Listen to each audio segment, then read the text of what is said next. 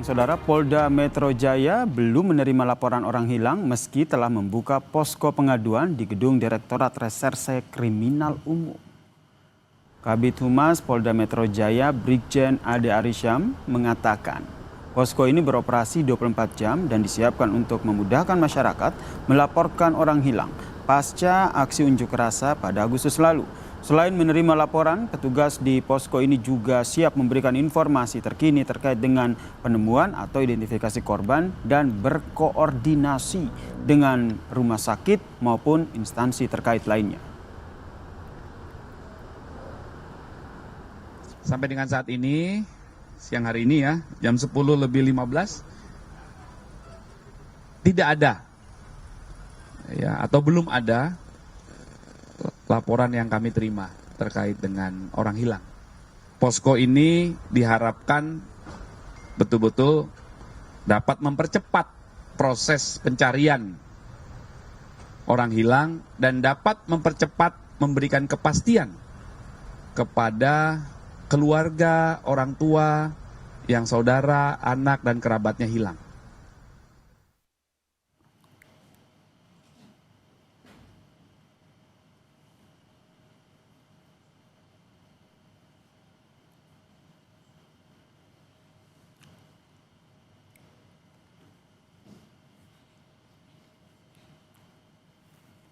Komisi Orang Hilang dan Korban Tindak Kekerasan Kontras melaporkan 3 orang masih belum ditemukan pasca aksi unjuk rasa akhir Agustus lalu. Angka tersebut merupakan data terbaru dari total 44 laporan orang hilang yang diterima posko pengaduan. Kontras mengajak masyarakat yang memiliki informasi mengenai keberadaan 3 orang yang masih hilang untuk dapat menyampaikan kepada pihak Kontras. Polda Metro Jaya berjanji akan mengungkap dalang di balik kericuhan demo Jakarta akhir Agustus lalu. Kabid Humas Polda Metro Jaya menegaskan yang ditangkap dan akan diproses pidana bukan pendemo, melainkan perusuh dan perusak sehingga demonstrasi akhir Agustus lalu berujung pada pelanggaran pidana yang mengganggu ketertiban umum. Mengusut tuntas dan mengungkap siapa dalang di balik kericuhan dan atau kerusuhan beberapa hari yang lalu. Kami tangkap, yang kami proses pidana bukan pendemo. Ya. Ini harus berkali-kali kami sampaikan supaya masyarakat paham bahwa yang kami amankan dalam hal ditangkap, yang kami tangkap itu adalah perusuh, perusak, ya, pembakar. Soal laporan orang hilang saat aksi demo akhir Agustus lalu kita bahas bersama Koordinator Kontras Dimas Bagus Arya dan Ketua Harian Kompolnas Arief Wicaksono. Selamat petang Mas Dimas. Pak Arief, terima kasih sudah bergabung bersama kami di Kompas Petang. Mas Dimas. Ya, Mas Selamat Dimas. sore Mbak Cynthia, selamat sore. Selamat Pak sore, Arief. terima kasih. Mas Dimas, dari 44 laporan, saat ini tersisa 3 orang yang masih belum ditemukan. Boleh diceritakan dan diinformasikan ini kejadiannya seperti apa dan laporan yang diterima Kontras seperti apa dan bagaimana Kontras memverifikasi bahwa ketiga orang ini memang hilang saat aksi unjuk rasa, bukan oleh faktor lain. Mas Dimas.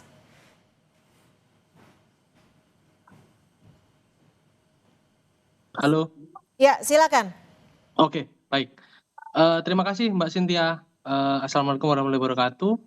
Jadi kalau kita lihat secara kronologis gitu ya, saya mungkin mau menjelaskan dulu bahwa semenjak tanggal 1 September 2025, Kontras membuka kanal posko aduan orang hilang dan sampai dengan tanggal 12 September kami sudah menghimpun 44 aduan dari masyarakat.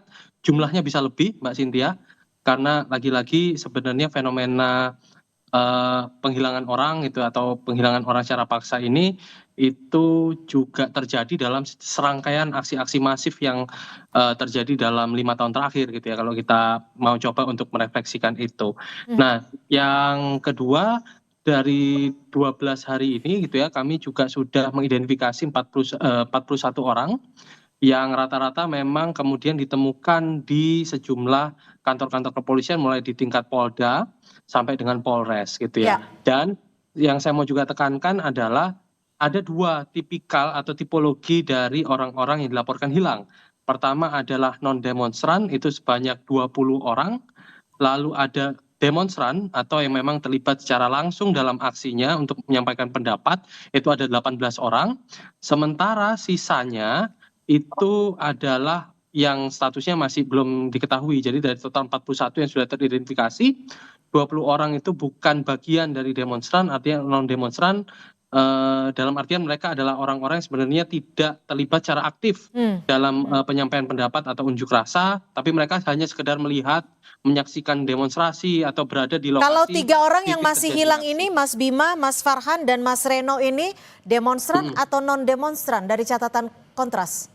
Ya, dari kronologis yang kami dapat gitu ya, Mas Farhan, Mas Reno ini memang terlibat aksi di tanggal 29 di lokasinya di Makobrimob Kuitang. Sementara Mas Bima Permana gitu ya, itu non demonstran karena berdasarkan kronologi yang kami dapat sebenarnya dia hendak berangkat kerja. Lalu kemudian terakhir dia memang ada di lokasi yang dekat dengan lokasi tempat tinggalnya, Oke. itu lokasi aksi di Palmerah, sekitar Ya. Palmerah, lalu kemudian tidak bisa lagi dihubungi. Oke, ditahan sampai di situ. Saya ke Kompolnas. Pak Arief, kalau dari catatan Kompolnas, ini posko pengaduan yang dibuat atau dibuka oleh Polda Metro Jaya saat ini sudah ada berapa laporan orang hilang? Apakah 3 orang yang masih dicatat Kontras ini juga dimasukkan dalam posko ini? Iya, terima kasih Mbak Cynthia, Mas Dimas. Memang beberapa waktu yang lalu kami Kompolnas juga maraton. Kami ketemu dengan Bapak Kapolda Metro Jaya di di kantornya mereka bersama dengan Dinkrimum Pak Irwansyah juga dengan Kabid Propam Polda Metro Jaya. Dan kami mendapatkan beberapa laporan yaitu diantaranya adalah penanganan yang bisa dibagi menjadi beberapa klaster, yaitu demonstrasi, pelaku demonstrasi yang anarkis, kemudian mereka pelaku lapangan, dan mereka provokator. Kemudian Polda Metro Jaya itu sendiri itu juga sudah membuka posko aduan untuk orang hilang. Yang tadi disampaikan Mas Dimas itu ada 44 orang, masih 3 belum kembali, yaitu Mas Bima, Farhan, dan Reno. Nah, itu dipusatkan di Aula Satya Prabu di Ditkrimum Polda Metro Jaya. Bahkan mereka punya nomor telepon.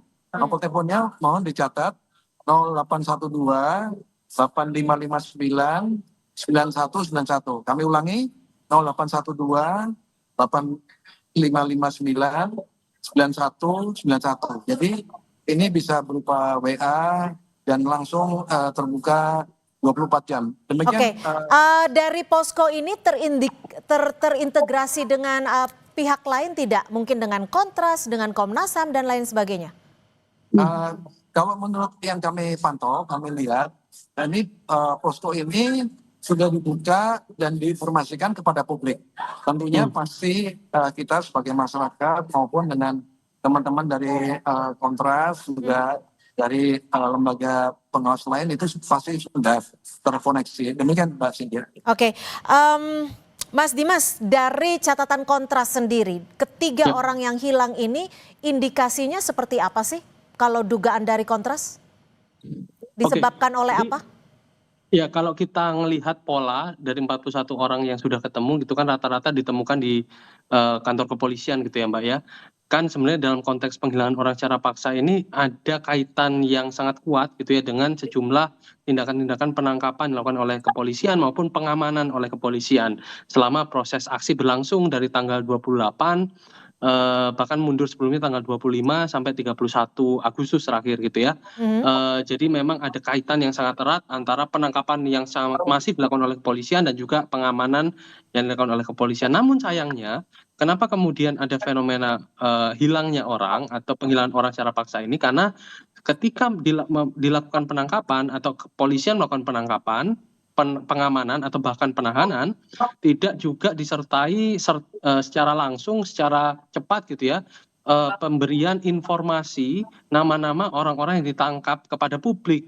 Nah, jadi inilah maaf saya potong sebenarnya Mas menjadi Dimas, maaf saya potong. Tadi kalau Ya. saya tidak dengar Anda menyebutnya penghilangan orang secara paksa. Pihak Ya. mana yang melakukan ini menurut Anda?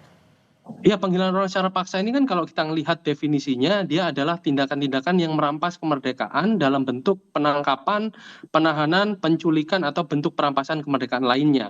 Dan dilakukan oleh aparat negara ataupun orang-orang yang memang mendapatkan dukungan dari negara gitu ya. Dan juga ada penyangkalan di situ. Jadi kalau kami lihat gitu ya dengan pola yang tadi sudah saya sampaikan, ini juga harusnya jadi beban tanggung jawab dari kepolisian. Karena kepolisian sebagai aktor keamanan selama penyampaian pendapat di muka umum atau pelaksanaan demonstrasi unjuk rasa, itu juga melakukan serangkaian penangkapan-penangkapan Oke, yang jika luar memang biasa sampai masif. beberapa hari ke depan 3 orang ini belum ditemukan, apa yang akan dilakukan Kontras dan apa pengawasan yang akan dilakukan Kompolnas? Silakan Mas, singkat saja.